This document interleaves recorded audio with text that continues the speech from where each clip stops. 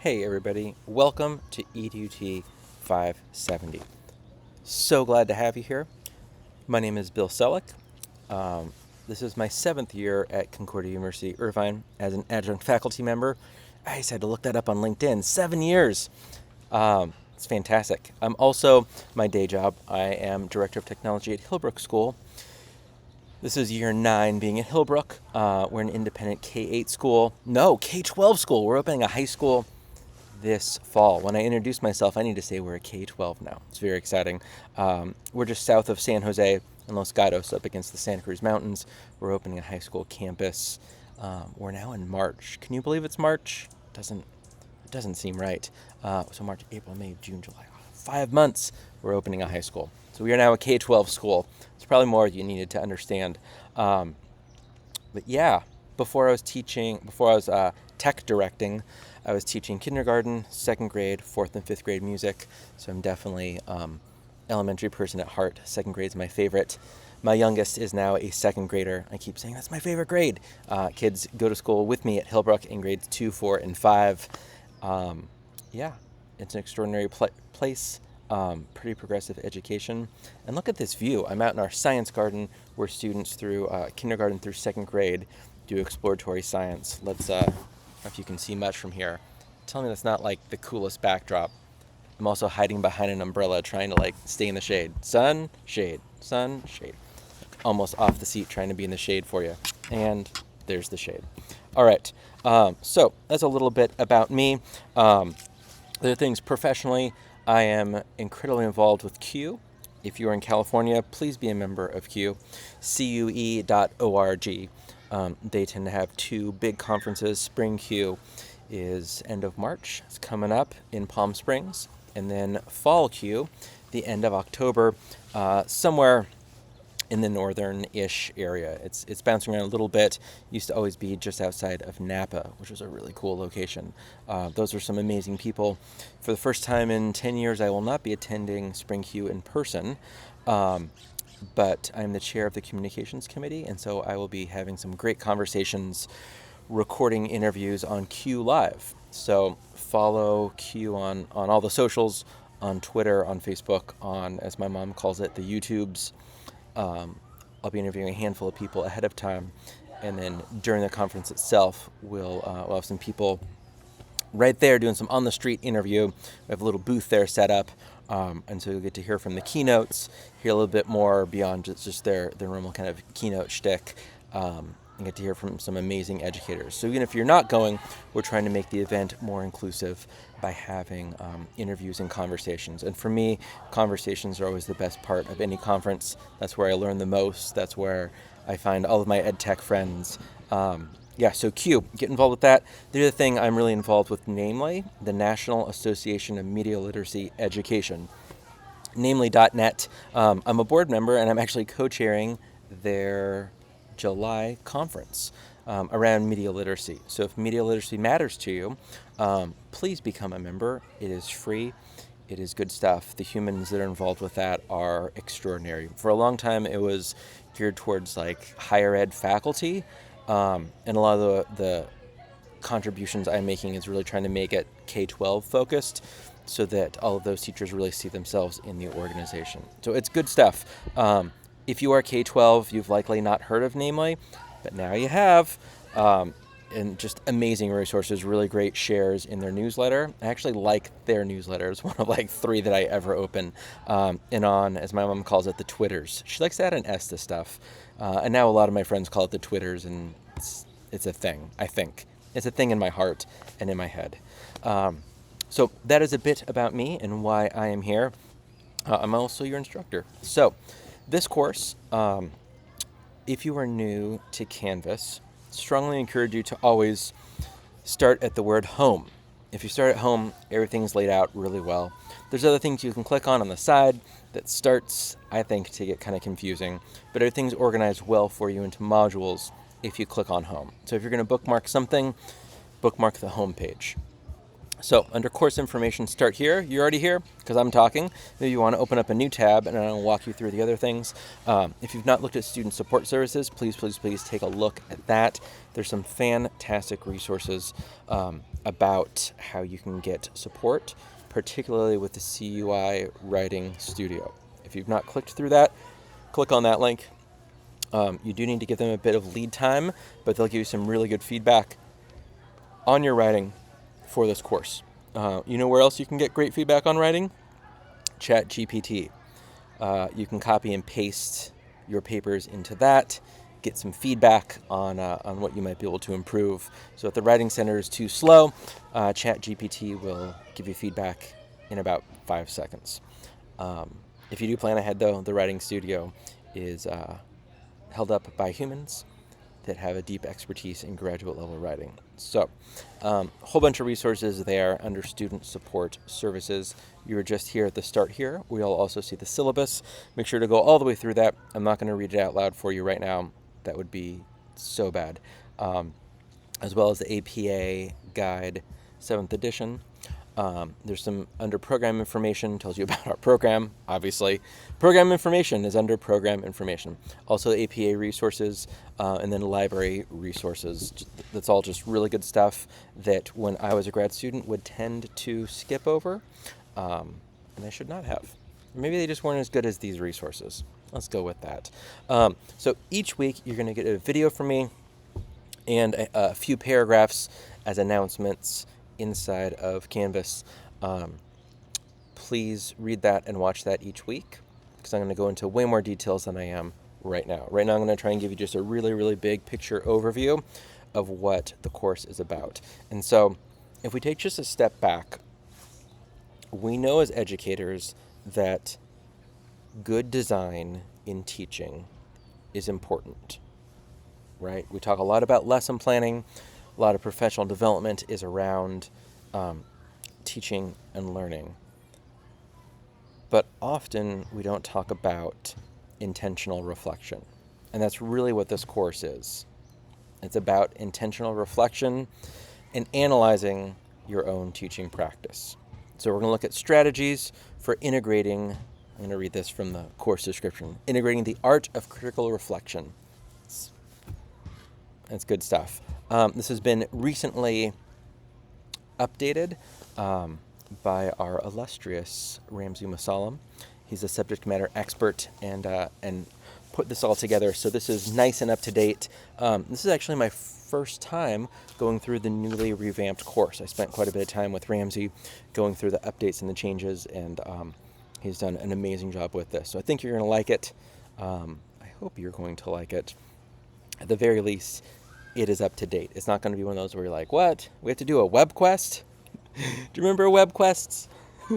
From, as my kid said, from the 1900s, which is true. Anything in the 90s, 80s, 70s, even the 90s, like those are the 1900s now. I don't know. So week 1, we're looking at models of reflective practice. There's a pretty lengthy article referring to John Dewey and reflective thinking. You're going to read through that, and then you're going to post a reflection on Microsoft Flip. I want to say Flipgrid every time. It is no longer Flipgrid. It is Flip or Microsoft Flip. They have a new name. If you see it written down as Flipgrid, it's the same thing. I think a lot of us that have been using Flipgrid for a long time are going to keep calling it Flipgrid, but it is Flip. So you're going to read through that, and you're going to post a video reflection onto Flipgrid. You're going to have a discussion board post in week 1. And each discussion board post, your initial post is due Thursday before midnight, and then 2 peer responses Sunday before midnight. Keep in mind the course opens on Monday.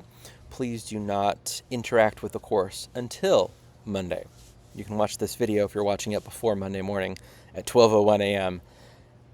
That's fine. Just don't post to the discussion board until the course is officially open on Monday. And so you have, Monday, Tuesday, Wednesday, Thursday for your initial post, and then Friday, Saturday, Sunday for your 2 replies to each other. Please look at the rubric so that you know when you post to the discussion board what the criteria is for your posts and for your responses. Week 2 is a lot of rinse and repeat. It's looking at methods of reflective practice. There's another article with John Dewey and the work he did around the art of reflection. You're also going to do a short video reflection on Flip. There'll be a new grid for you on the week 2. There's not a discussion board in week 2. There are most weeks, but not here. At the end of week 2, you have your first assignment, developing a personalized approach to reflective practice. So in the week 1 video, I'll talk a little bit about that, but it's really in the week 2 video that I go deeper into what that first assignment is. So be on the lookout for the week 2 video to get a bit more direction with that. The one thing I do want to alert you to, and you're going to hear it most weeks for sure in the week 1 video, I will be sure and mention it. When you look in Canvas and you're clicking around like, oh, there's not too much reading, there aren't too many videos, cool. Yes and no. Once you click on the Google Doc that is the assignment description, there tend to be several resources. So for assignment number 1, there are actually 6 resources that walk you through what assignment number 1 is. So you're going to watch a video, read this, watch that, read this, watch that. Not in an A-B pattern precisely like that. So be sure and set some time in week 1 to look at assignment number 1, and then assignment number 1 is due in week 2.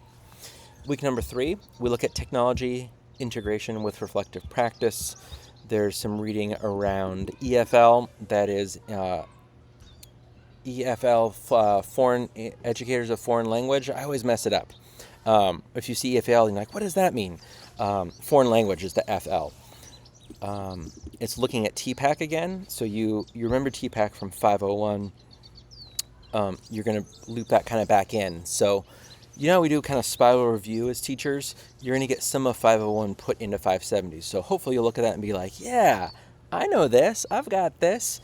And this will reinforce it and then add reflective practice to it. And hopefully, what would be like the cooking analogy? Like, if you let a sauce like simmer and it kind of deepens the flavors. You know, if you make a spaghetti sauce in like 1 minute, and I've never done this, so maybe this is the wrong example. Make a spaghetti sauce in like 1 minute, and you're like, all right, it's spaghetti sauce, it's fine. But you let it sit like for 8 hours, and it really cooks down. I know that's a thing. I've not done that, though, but I know that. That's basically what we're doing with TPAC. We're taking some of that 501 stuff. It's been sitting there for a while, kind of simmering in your brain, maybe in your heart a little bit, and we're gonna build some flavors. Yeah, we're going to build some flavors is what we're going to do. There is a discussion board post. Keep in mind, initial post is due Thursday. Say it with me. 2 replies by Sunday. Sunday. Week 3, you're going to have an assignment. It is the personalized reflective practice implementation plan.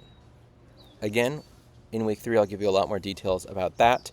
Week number 4, you're doing more technology integration around reflective practice. There is a great article around mediated reflection for professional development. You're going to look at that. You're going to add a video reflection to it. You're going to be implementing your reflective practice plan. I'm going to say that again. You're going to implement your reflective practice plan. Week 4 is a big week. You know, whoop whoop. Week 4 is implementing in that week, okay? And we'll go on kind of from there. Again, discussion board, you're starting to see this, is due Thursday and Sunday. And then you're going to have a progress report for your implementation plan. Week number 5, same thing, technology integration, reflective practice. There's another article for you, case study on teacher reflection. And you're going to be continuing to implement your reflective plan. The assignment is another progress report, reflective practice implementation progress report. So many nouns, my goodness. And then week 6, looking ahead, this is where you get a break from assignments, but we go heavy into the reading, right? So week 1 kind of starts off light, and then assignments 2, 3, 4. 4 is the implementation plan. Plans in week 5. Week 6 is a break from your assignments. Lots of reading. You're going to jump into the Dewey reading. Again, this is week 6. I don't expect you to remember all of this, but just kind of giving you a big picture of the course. Week 7, you're actually creating your presentation. There's more Dewey reading. And then week 8, your presentations are created. You're going to watch your classmates' presentations, almost like a film festival. More Dewey reading, observe each other, and your reflections on flip. Okay? So as we look at it, a lot of what I am used to in grad courses, and a lot of what you're probably used to, is like it slowly builds up, and then week 8 is like the big thing. And then you submit by Friday night on week 8. It's done. Your instructor grades Saturday, Sunday, grades are submitted. Maybe you look at the feedback, maybe you don't, but it's just, when I was a student, as soon as I submitted my final project, I'm like, I am done. I'm not looking at this stuff ever again in the course, in the LMS. No, not with reflective practice. What are we going to do with reflective practice? We're going to practice reflective practice, right? I love it. So week 7 is your presentations. That's when they're due. And then week 8 is reflecting on what your classmates shared. Make sense? So you're going to actually shift, kind of the assignments in your head. If you're used to the calendar ending on week 8, week 7 is where the big things do, and then 8 is, heavier reading, and then our film festival, looking at each other's presentations. It's almost more like a standard movie. Like the big climax of it, and then you have the resolution, like the last 10 minutes of, yeah, we made it, we saved the planet from the asteroid, and what are you going to do with the rest of your life? I just fell in love, that's what I'm going to do. This kid, he's going to go on to become a scientist. Like all that resolution stuff, that's week 8, just like all the movies you've ever watched. And that's not normally how courses are. So that's what that is. And the big final takeaway for you is week 4 is your implementing week.